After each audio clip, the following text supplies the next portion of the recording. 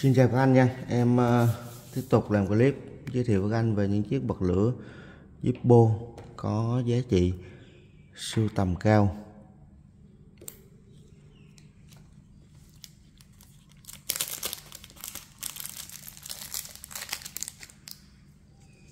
Chiếc đầu tiên em muốn giới thiệu với các anh là một chiếc 1946 full nickel.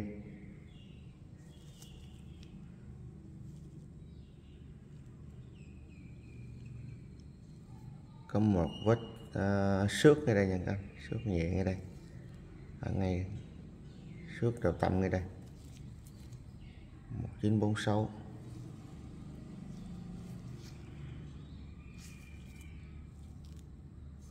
Cây này còn lớp chà rơm còn 90%.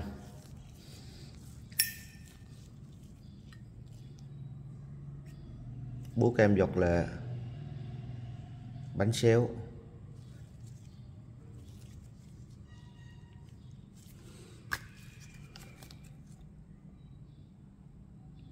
Bát 2032695, bông cuộn, ốc đá nhôm, tất cả đều chuẩn đời nha các anh.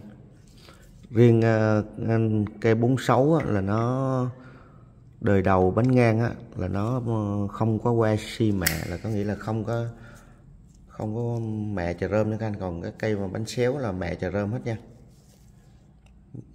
Giá trị sưu tầm nha. Âm cây này tốt. Cây này em giao lưu với các anh là 10,5 triệu. 10,5 triệu nha. Lớp chà rơm còn trên 90% nha. Tất cả nguyên zin nữa nha các anh. Tất cả nguyên zin nha. Cực đẹp. Mấy cây này mà nước chà rơm còn là giá trị sưu tầm các anh. Cây chà rơm càng đẹp thì nó càng cao tiền nha. Cây này em giao lưu 10,5 triệu nha. Cái số 1 1946 full nickel.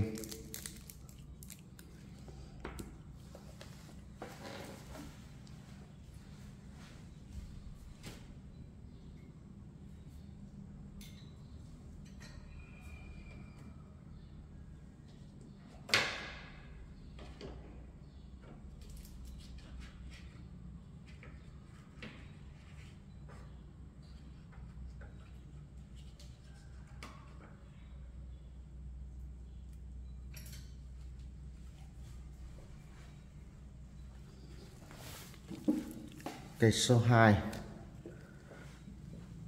là một cây 1943 than đen, bản lề 3 chấu, cực đẹp. Nó chỉ bị mất một chút này nha các anh. Cây này để lâu quá sưu tầm đến mức độ mà nó bán lên nó chừng rít luôn rồi các anh. Đây là bóc nha, bóc xi măng nha các anh. Bóc nó không được đẹp lắm nha, bị mất tay, hai tay trên. Bóc này rất là dễ hư nha, bóc dòng này rất là dễ hư, tại vì nó làm bằng giấy kiểu như xi măng đó các anh nè, nó rất là dễ hư. Bóc này nha.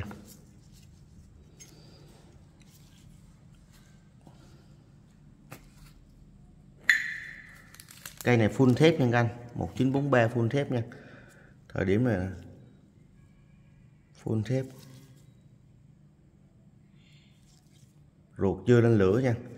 Cái dòng ruột này là ruột thép nè, ruột thép nguyên bản không có que xi mạ, nên 10 cây là hết 10 cây đều bị rỉ sét kiểu này nha các anh. Nhưng mà nó là đặc trưng của cái dòng này nha. Bánh ngang nó là đặc trưng của cái dòng này nha các anh, nên rất là bình thường nha. Dòng này là nó ruột cây nào nó cũng vậy hết các anh. Cây này chưa lên lửa nha.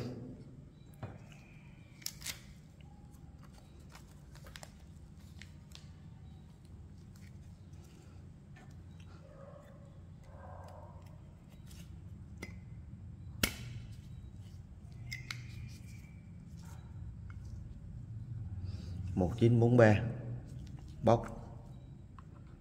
Cái này em bán 18 triệu nha, 18 triệu new nha các anh, new chưa lên lửa nha. Cái bóc nó hơi xấu một chút xíu. Vừa rồi em bán một cây bóc đẹp 21 triệu các anh. Cây này em giao lưu các anh là 18 triệu nha. Đây nó chỉ có một bị mất lớp sơn một chút xíu ngay đây thôi các anh. Cây này sưu tầm bảo quản rất là lâu nên nó cơ bản là bạn chốt bản lề này nó rất là rít, về sưu tầm tốt nha. 18 triệu. Lên cho các anh một cây hội tam điểm nè, Antinop new box.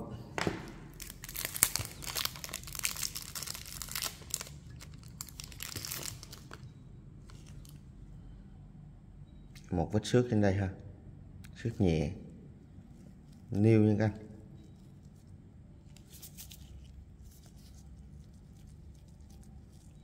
Cái này do dơ nè, dơ chưa chè ra nè, chè ấy ra nè nghe anh. Cực đẹp, chủ đề giá trị nha các anh. 1967, chủ đề cực kỳ giá trị nha.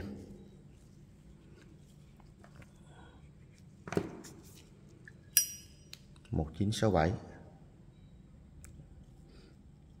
ốc bánh xe hơi sét. Cái này vệ sinh được nha các anh. Này em lấy dầu em đánh sơ ra là nó bình thường lại nha. Cây này new nha, chưa lên lửa, bảo quản lâu nên bị sét. Cái này thì đơn giản nha, rất là đơn giản. 1967, chủ đề này cực kỳ giá trị nha các anh. Chủ đề này chủ đề hiếm nha. Cây này em báo giá 5 triệu nha, Zalo với các anh 5 triệu nha, chủ đề hiếm các anh.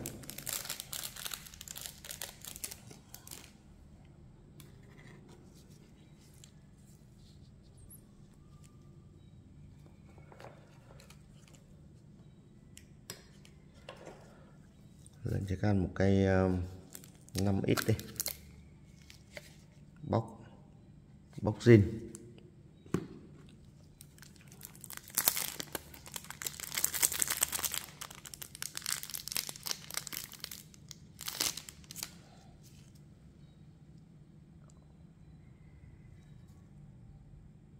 Một 1958. Cái anh đấy là mỗi bên 4 chấm. Bass 251 và 191 nằm ở giữa là 1958 nha. Cây này new chuẩn chỉ luôn, cây new chuẩn luôn, new chuẩn chỉ luôn, không vết xước luôn nha. Bánh xe xóa chỉ, chốt đinh tán. Ủa để em coi cái ruột này sao lại thường 58 là nó không có. Cây này ruột 57 rồi các anh, cây này ruột 57 nha. Tại vì thường là 58 là nó chốt đinh tán là chốt tán thường chứ không phải là chốt tán nhũ nha. Cây này ruột 57 nha, ruột 1957. Anh chờ em tới nha. Sao cây này em nhập về nó bị lệch ruột nè, nhập về bị lệch ruột nha. Chờ em tới lấy ruột nè. Em rất là nhiều hàng nên em có thể em bỏ ruột khác mà.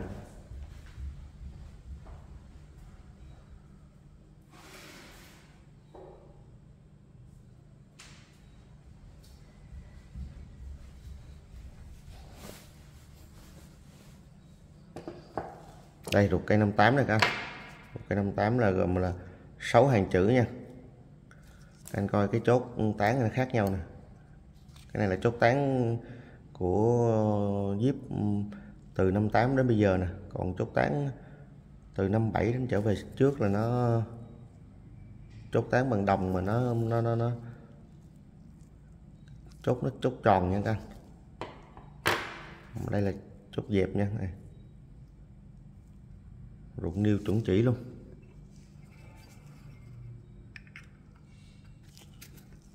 Một 1958 chuẩn đời, niêu cứng luôn.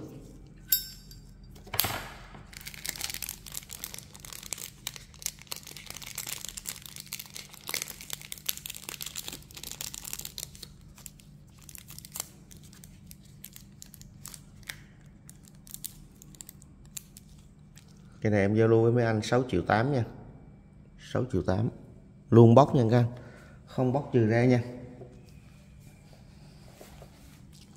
không bóc mình trừ ra nha. Cây số 5 là một cây cũng 5x new bóc, bóc 5x zin.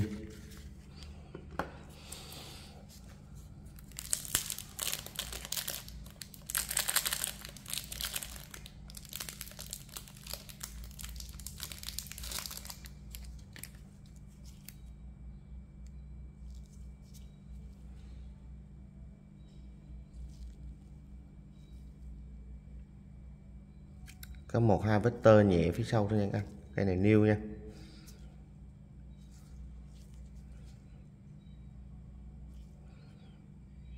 Full stam 53 54, để em coi cây này 53 hay 54 nha. Cái dòng mọc đáy này là các anh em sưu tầm rất kết nè. Full stam nó chỉ sản xuất trong 2 năm 53 54 thôi nha các anh. Để mà ta biết được là 53 hay là 54 thì ta phải dùng 500 nha các anh. Dùng 500 thử nha. 54 là giữa năm 54 là nó là bằng cốt đồng, còn từ 53 cho đến đầu năm 54 là 54 là nó là thép nha các anh, full thép.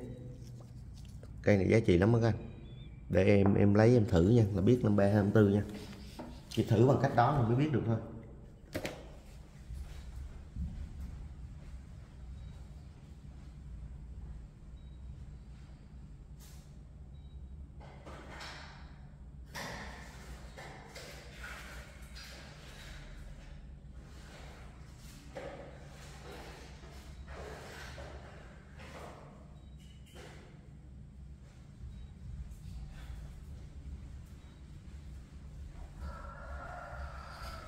Năm tư là nó còn hiếm hơn 53 nha các anh. 54 là hãng làm bằng cốt đồng, hiếm hơn 53 nha.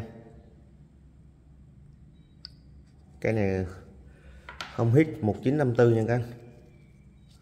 1954 một đáy full stam,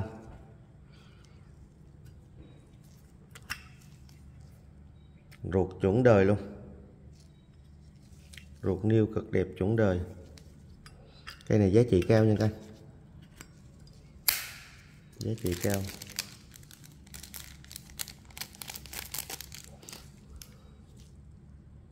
Có tơ nhẹ chút xíu nha các anh, có sức tơ rất là nhẹ nha.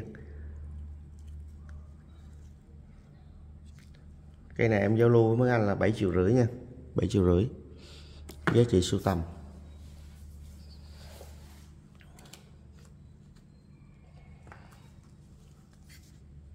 Làm cây tàu chiến.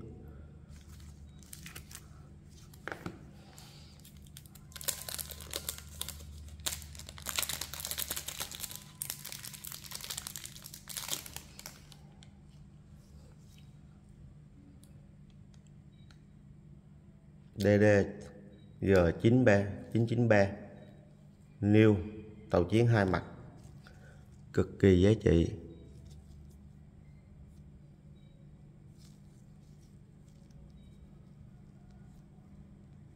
Cực kỳ giá trị.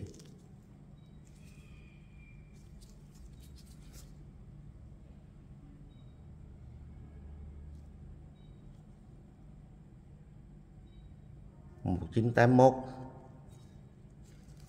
Anh nào sinh năm 81 chơi cây này nha. New, em khỏi rút ruột nha. Ruột này là ruột hai mặt chữ chuẩn đời nè. Ruột 2 mặt chữ chuẩn đời nha, new.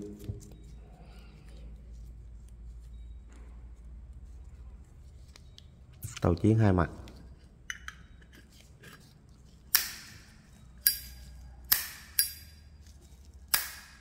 Một 1981.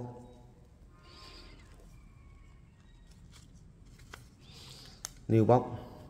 Cái này em giao lưu với anh 3,2 triệu nha. New box nha. Tàu chiến hai mặt 1981 nha, 3,2 triệu.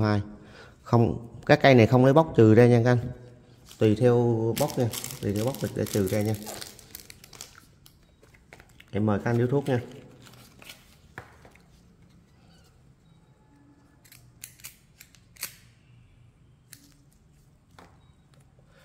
Cái cây đã không lấy bóc để trừ ra nha các anh.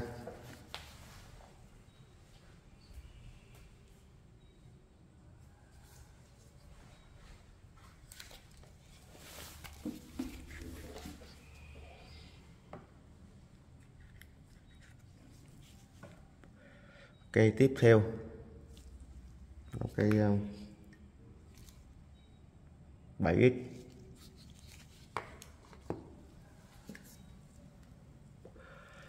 New box.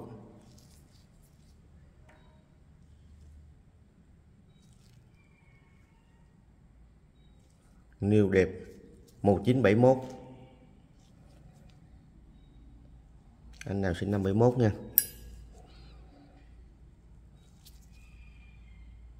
Ruột new chuẩn 1971. New box. New đẹp luôn các anh. Em bán luôn box 3,3 triệu nha các anh. 3,3 triệu nha. New box nha, 3,3 triệu.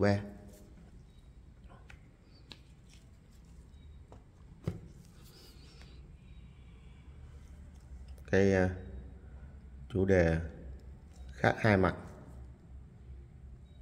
New đẹp luôn, khác hai mặt. 1967.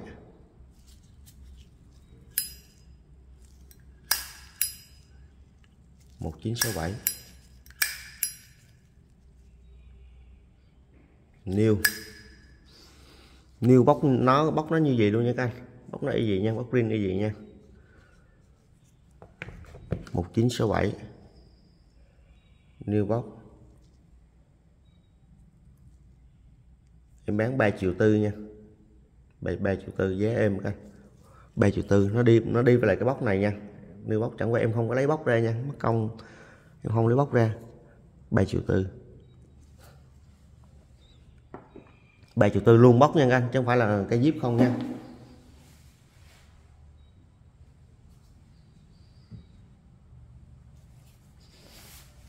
Nó có bóc hết, cây nào có bóc em nó có bóc nha, bóc riêng nha, mà đợi em không có lấy bóc ra. Còn được có bóc hết nha. 3,4 triệu luôn bóc nha anh.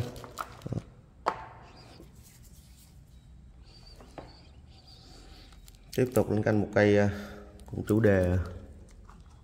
Đây, hai cây chủ đề từng năm. Cây này chủ đề series nè, chiến tranh ở serie A nè, 1976. Cây này cây đao nha, cây đao hội tam điểm cực đẹp. Mấy cây này hiếm á anh, hiếm, giá trị sưu tầm cao. Cây này new chuẩn chỉ luôn anh, new chuẩn chỉ nha. 1976 cùng năm luôn nè, cùng năm với lại cuộc chiến tranh ở series luôn nha. 1976 new chuẩn chỉ.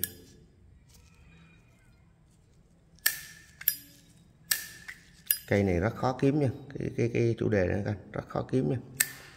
1976 chủ đề này cực kỳ khó kiếm á. New box.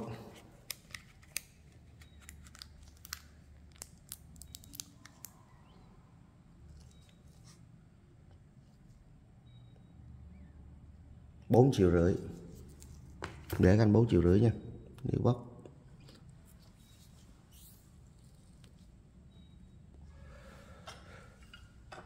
Còn hai cái vỏ này.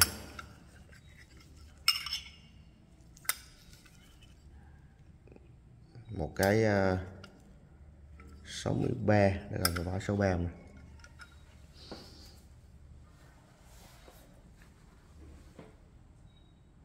Một 1963 nha. 1963 với lại vỏ 1958 nha. Tất cả đều còn đẹp hết nha.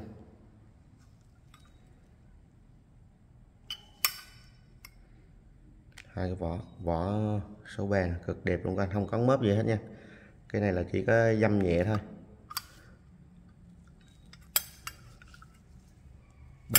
Bán mù cho các anh nha. Bán mù cho các anh về, anh nào có ruột bỏ vô nha. Cho em dư hai cái vỏ này.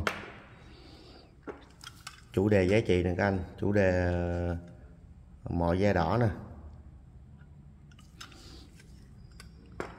Hai cái vỏ này em bán 2,8 triệu. Hai cái, một cái 58, một cái 63, 2,8 triệu. Các anh nào về có cái nào về mà có ruột bỏ vào nha.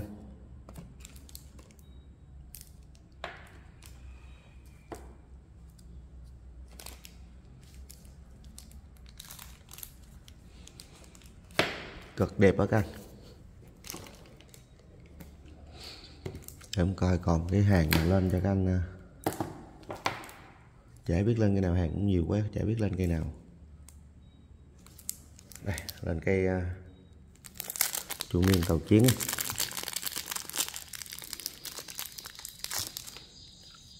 Niêu đẹp luôn các anh. Cái này là dao bị dơ nha, dao bị dơ. Niêu đẹp. 1988 niêu. Mình để cái zip mà mình bảo quản thời gian lâu nó vẫn bị dơ nha các anh. Dơ do bụi rồi đó. Ruột mờ, chuẩn giai đoạn, còn tắt đá nha. 1988.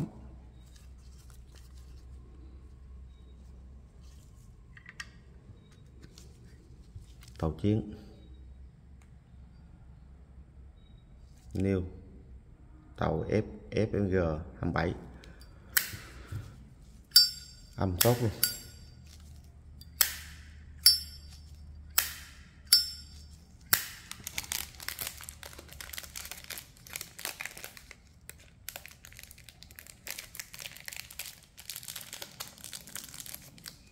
Cây này bao giờ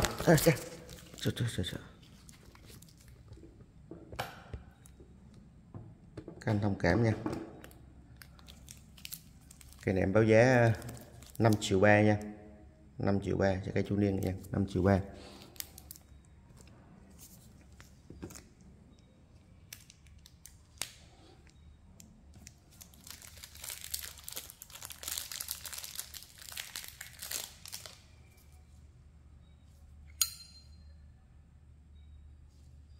Lên cho các anh siêu phẩm này. Tẩu nè, 1984 niêu nè. Cái này là đóng ten nha, cái này là đóng ten cho bảo quản, không ảnh hưởng nha. 1984 niêu, rất hiếm nha.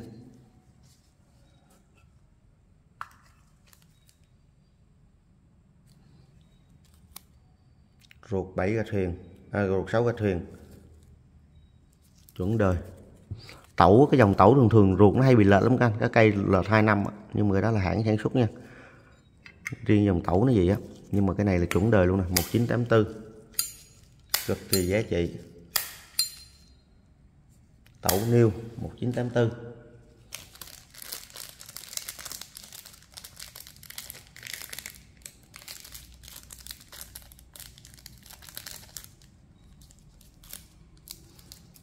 Tẩu niêu nha, em báo giá 8,5 triệu nha. 8,5 triệu. Tẩu 84 niêu.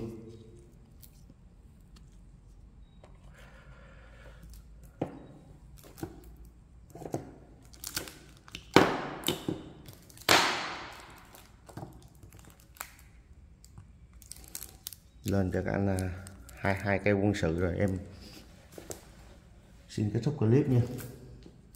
Em có 2 cây quân sự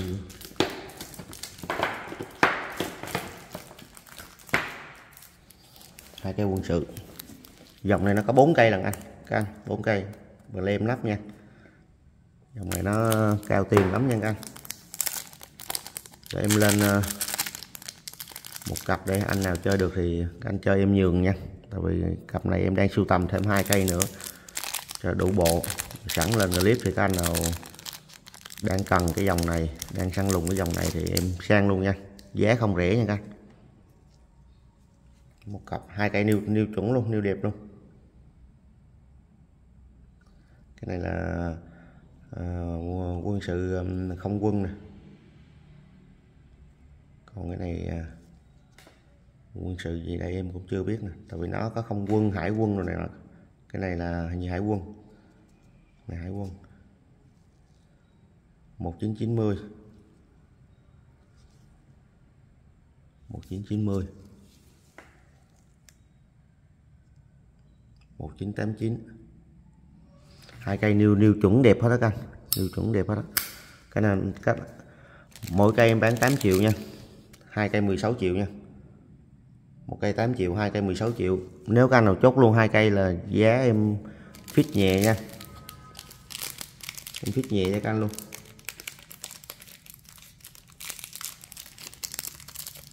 Hai cây niêu đẹp nha. Anh nào mà chốt luôn 2 cây thì em fit nhẹ nha. Còn em bán lẻ là em bán 8 triệu một cây nha anh. 8 triệu một cây. 2 cây chủ đề quân sự. Rồi em xin kết thúc clip tại đây nha. Cảm ơn các anh đã quan tâm theo dõi cũng như ủng hộ em trong thời gian qua. Xin chào các anh.